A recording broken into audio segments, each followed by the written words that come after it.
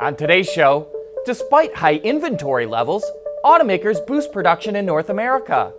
A new innovation is allowing Ford to recycle 20 million pounds of aluminum each month, and why Buick believes its customers are willing to pay even more for its vehicles. All that and more coming right up on Autoline Daily.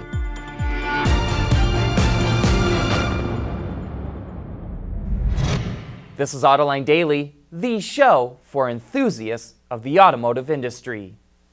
Through the first 2 months of the year, light vehicle production dipped slightly in North America, but production in March soared.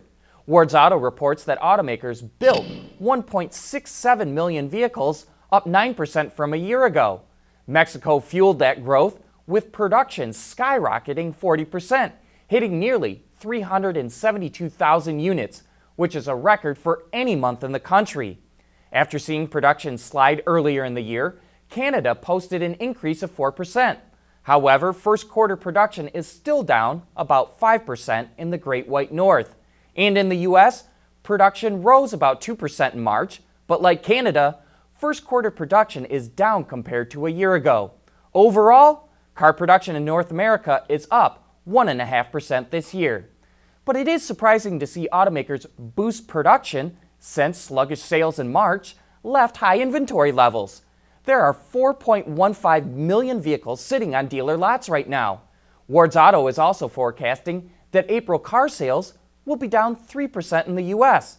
So combined with a boost in production and a dip in sales, expect to see heavy incentives in the coming months, so automakers can move all that inventory. Volkswagen cleared one of the final legal hurdles it still faced in the U.S. over its diesel emission cheating scandal. Last Friday, a federal judge in Detroit sentenced the company to 3 years of probation and appointed an independent monitor to oversee the company.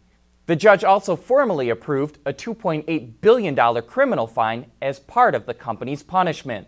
And as we reported last week, the company is getting back on its feet financially, announcing a 4.7 billion euro operating profit in the first quarter.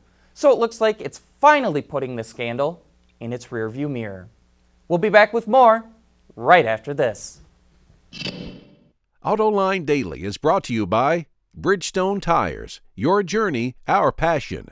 Dow Automotive Systems, advanced materials that deliver better results. Lear, a global leader in automotive seating and electrical systems.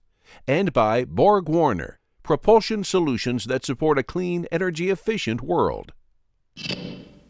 We recently ran a story how Delphi is snapping up a bunch of companies to carve out a dominant position in high-speed data transmission, connectivity, and data management.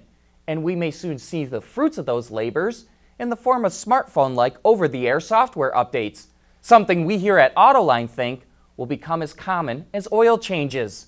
The benefit to automakers is it can help them collect data to pinpoint flaws, have recalls reach more people, patch cybersecurity holes, and speed up the development of autonomous driving. For customers, it means less stops at the pesky repair shop.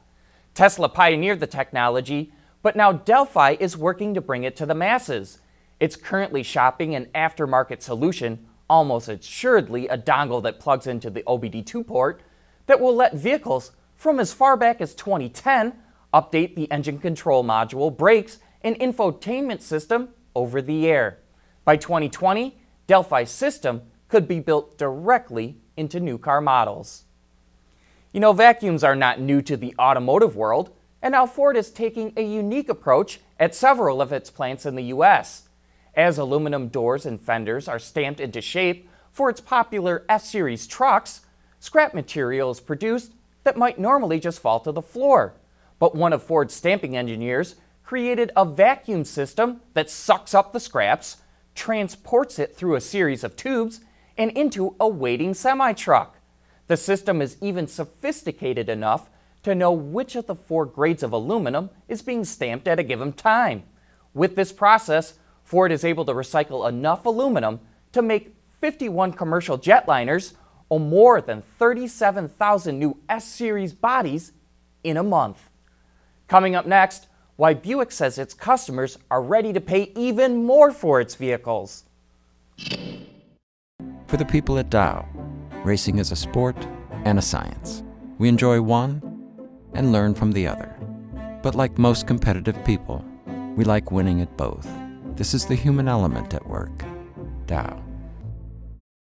There's more car news and industry insight from the Autoline Network every day. Take a moment to click that subscribe button. You'll never miss another Autoline episode.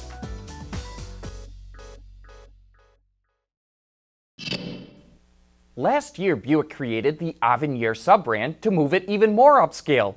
Earlier this month at the New York Auto Show, it unveiled the first vehicle to carry that badge, the Enclave.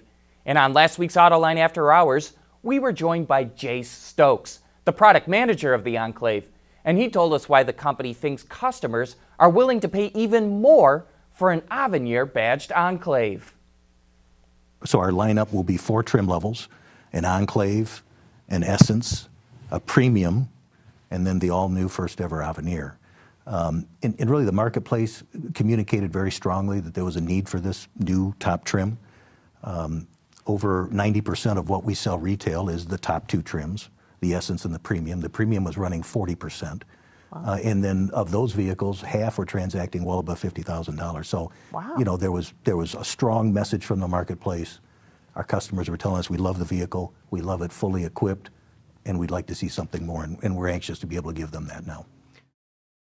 For more insight into the all-new Enclave, you can watch that entire discussion right now on Autoline.tv, or just look for it on our YouTube channel. That's it for today. Thank you for watching and making Autoline Daily a part of your day.